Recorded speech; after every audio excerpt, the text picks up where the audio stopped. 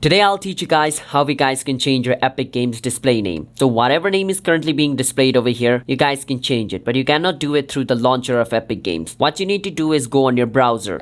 And on your browser, you want to search for Epic Games. Once you search for Epic Games, click on the first link. It'll take you to the official website of Epic Games. From over here, click on this icon at the top right corner. Click on account. But first, make sure to log in into your account. After you log in into your account, you can click on this button to log in into your account. After you log in into your account, you can click on this button again and click on account. Once you click on account, it'll take you to the account setting page of Epic Games. Once you're in the account setting page of Epic Games, make sure you select the top option account setting. From over here, click on this pen icon right beside display name, and over here enter your new display name. Now remember, the display name needs to be unique to you. If it is not available, this box is going to turn red.